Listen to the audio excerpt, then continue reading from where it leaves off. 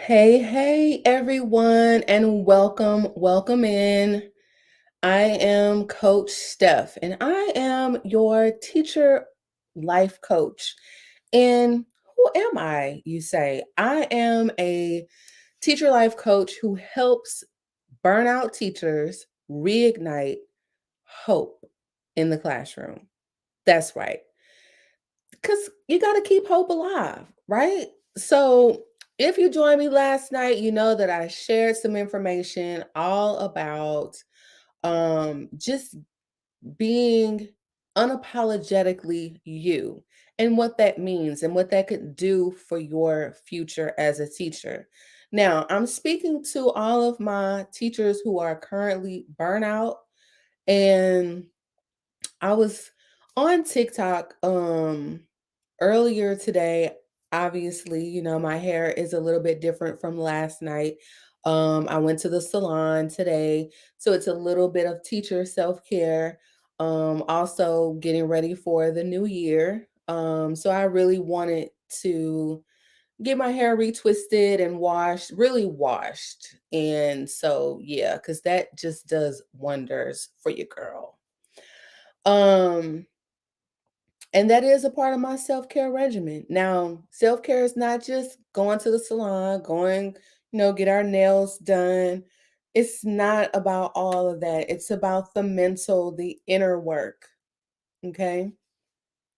So, what I want to talk about tonight is all about social and emotional learning for teachers.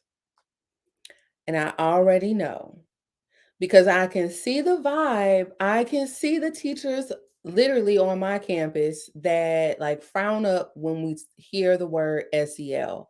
But honestly, I never really took that approach to it because I really do SEL every day. SEL needs to really be a part of your instruction, going from, greeting your students at the door, saying, "Hey, hello, how are you? How are you doing today? How are you feeling today?" I could tell that that really boosts up my students when I ask them that because, you know, they look for it. They look for me to ask them how they are and then to get it reciprocated. Oh my God. Y'all, that is so huge. Because, teenagers, they're wrapped up in their own world. They're wrapped up in their friends and things like that. And so it is what it is at that point. And but to hear it back, to have it reciprocated feels so good. And it's like it lets me know that they are paying attention to what I'm doing for them. And I do care about how they are feeling because that helps me to gauge how class is going to go, how I need to nurture them during class, all of those things. But if I didn't do it for myself, I wouldn't know how to do it for them. So let's get into it. So, what is really the point of SEL, right? Especially for teachers. And I just want to say this first because I think I didn't finish my thought earlier, but the teachers that are on my campus and a lot of other campuses, not just mine, but they have such a negative perspective on it. And the reason being is because they don't know how to execute this for the students to be able to understand. So, administrators, district leaders, this goes out to you. Before you can expect your teachers to be able to roll out a curriculum, they have to be properly trained. They have to know, like, well, what is the benefit in this? How can it's like that, and I'm probably not gonna say it right, but with them, like, what's in it for me? The teachers are really like wanting to know, okay, so if I roll this out, what's in this for me? Well, here's the thing, teachers. Here's what's in it for you. Once you get the proper training, you can apply this to your life. And I'm reminded of a quote by Malcolm X. We can't teach what we don't know, and we can't lead where we won't go. I'm going to say it again. I want you, those of you, when we put out the replay, if we're going to put it out, but I really want you to soak this in. We can't teach what we don't know. We can't lead where we won't go. So, teachers, if you're not willing to be open to the process of social and emotional learning for your students, ask yourself why. Ask yourself why. Um, and I just really feel like now it's been time to apply this um to help our teachers. You know, I really feel like this could be something to help us retain our teachers. But it has to be done with delicacy, um, because we have a lot of teachers who are um, just burnt out on all levels. And some of them don't know a way to dig themselves out, for lack of a better word or phrase.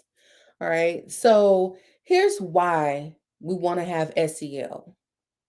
We want to have SEL because it helps to cultivate strong relationships amongst teachers, staff, students, your whole school community. Because you have a lot of teachers on your campus. That can cause a great shift in your school community, the climate. Number two, model social emotional skills. There's a skill set here that has to be worked on the inside. This is inner work, inner work. And a lot of us, we don't like to do it because it's hitting home. It's hitting a little too deep in there, but it's what's going to help to change something that's broken, something that's missing, something that you've been hiding for a long time. You don't want it to come to the surface. Oh, don't touch that. Don't get too close to that subject because it's hitting home for me. It's going to evoke those emotions that I don't want to surface around people that I don't trust. That's just what it is. And number three, manage stress and reduce burnout.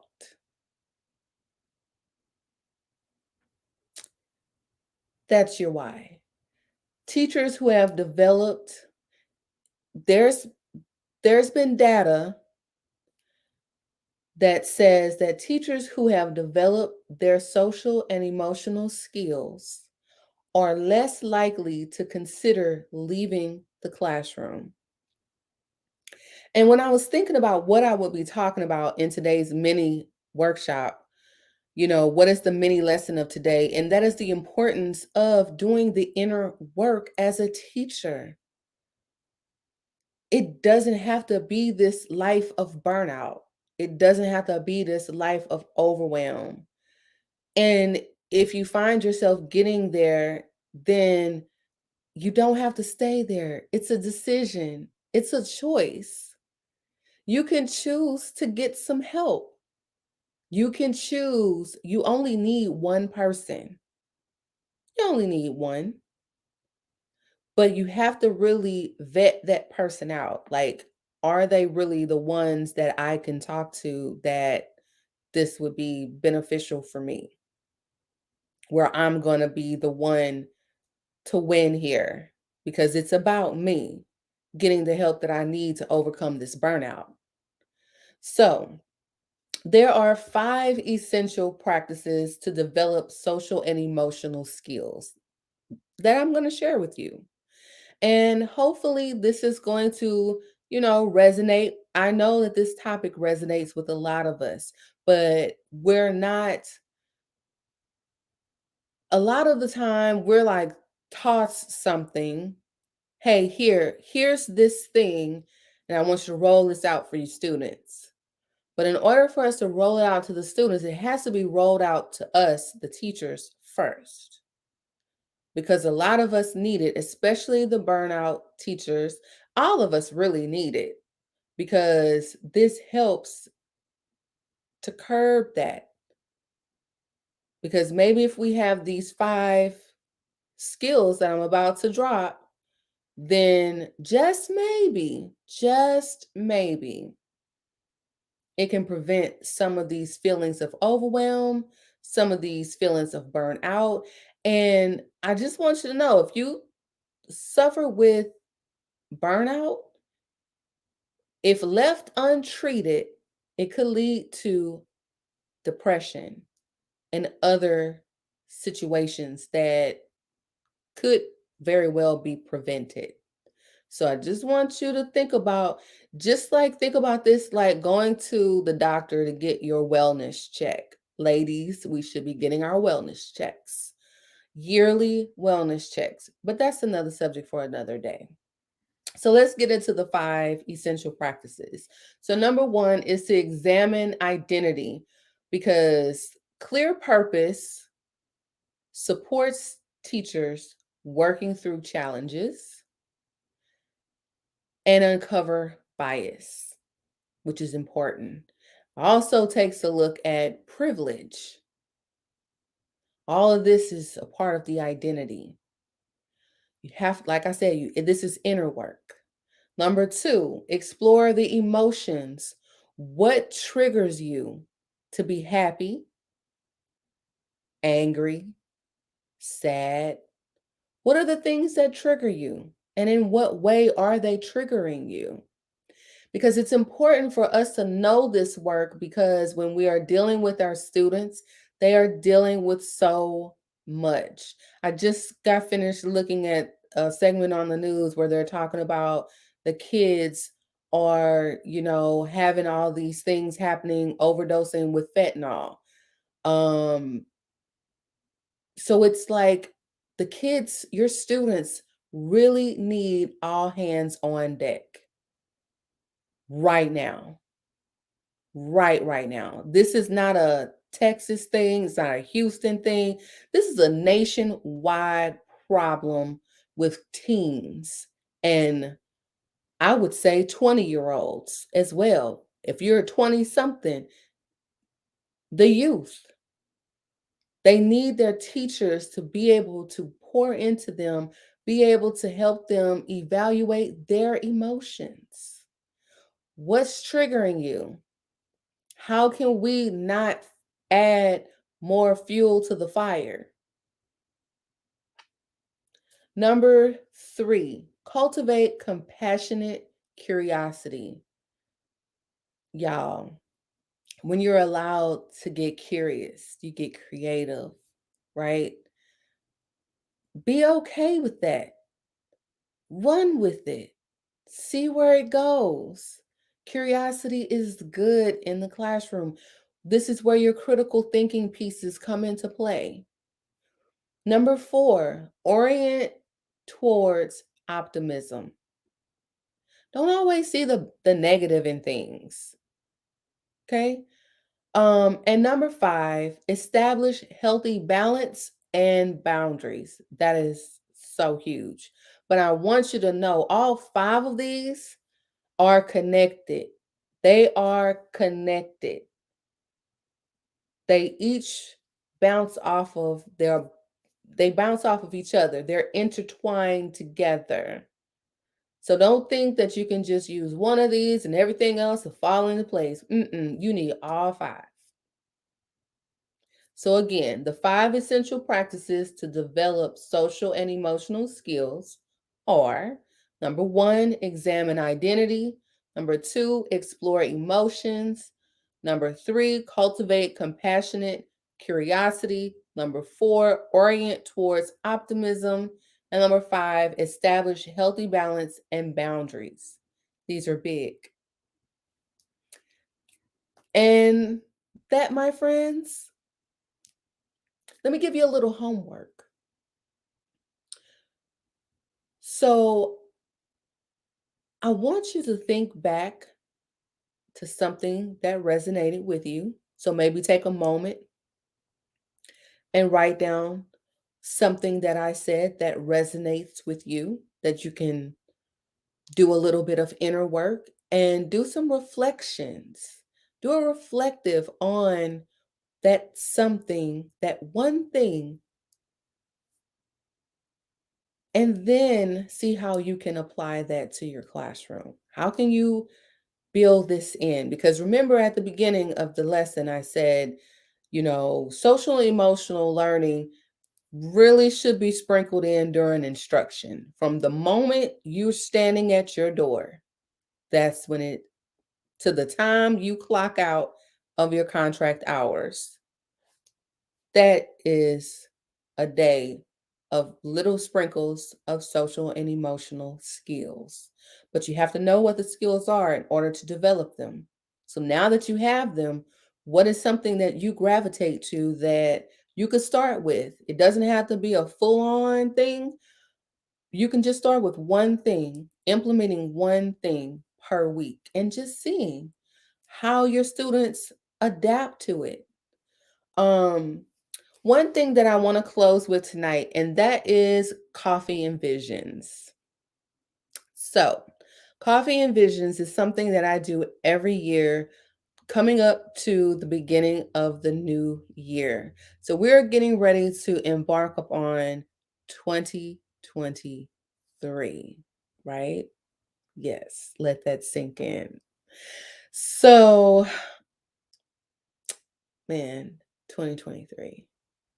So, what I am doing during this time, this was started at a time when I was a burnout teacher. And I decided that I would invite some friends, some teacher friends that I met online. It was just a few of us. And through that process, I said, let me invite them to a process that I've been doing for years. I've been doing vision boards, journaling since I was a teenager. And actually, journaling was probably since I was like, I don't know, 7 or 8, because my godmother would actually, this was my Christmas gift every year, was to get a new journal. So that's where the love of journals come from. And I still have them. Um, so I want to cordially invite you to join me for this year's Coffee and Visions. Because, y'all, let me tell you, one of the things that was on my vision board was to become Teacher of the Year. Another one was to become a teacher, a certified teacher. Obviously, I crushed that. Um, Another that was on there is the type of house. I wanted to have a large enough house where husband and I could both have our own home office with a guest bedroom for our son. He's my bonus kid. And so I wanted to have space for him when he came to visit.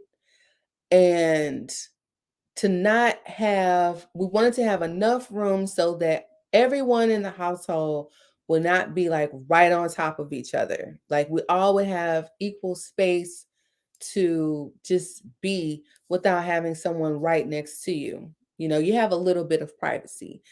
And now we have that.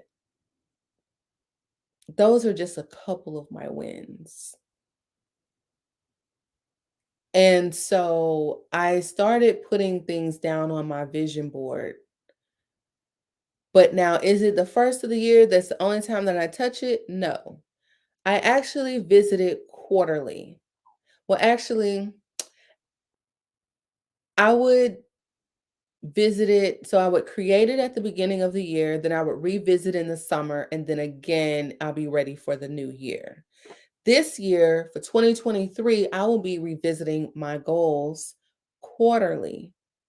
I will be doing quarterly goals. I will also be doing yearly goals. So for those of you who are wanting to join, now I have not solidified a date yet because I'm a little conflicted with doing something on the first of the year, like January 1. Um, I'm leaning towards it, but I'm just thinking, family time and things like that. But um, the replay, I may just leave up. I'm not sure. So for now, let's just say January 1, 2023, we'll be doing our goals. Or should it be Saturday?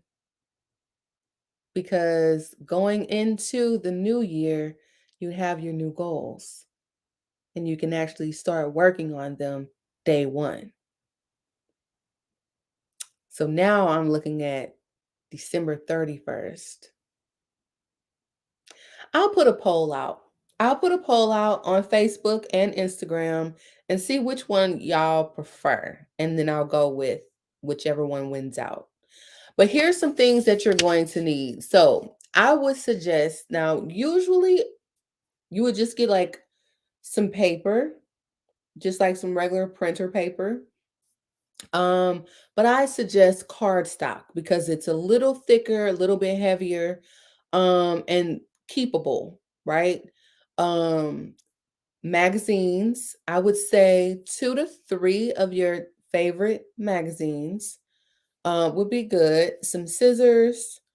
You can use tape, clear glue, or you can do Mod Podge if you care to. But now with the Mod Podge, I would really suggest, being careful, having some like newspaper to lay around or some wax paper where you can put down where you don't get the surface messed up and it'll be an easy cleanup for you afterwards.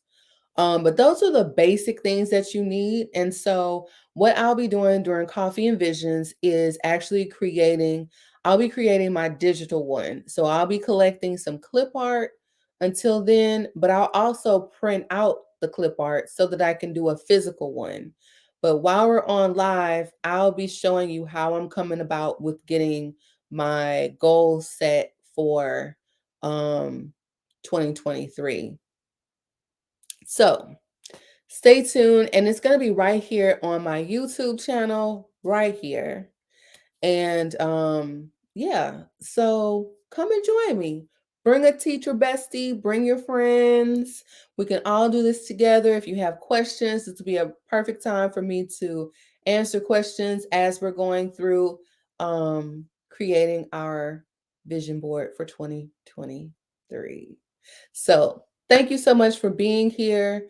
Um, I'll be on tomorrow a little bit earlier in the day um, to do day 3 of the mini lesson. And I don't know. I usually do a scroll through TikTok. I might just do a Q&A so you can bring some questions. You can also inbox me those questions on Instagram or Facebook. Um, and let me know what are some questions that you have going back into the classroom. Um, yeah. So thanks so much for being here, and I'll see you guys on tomorrow. And I'll be sharing the link on Instagram and Facebook as well. So good night, y'all. Have a blessed evening.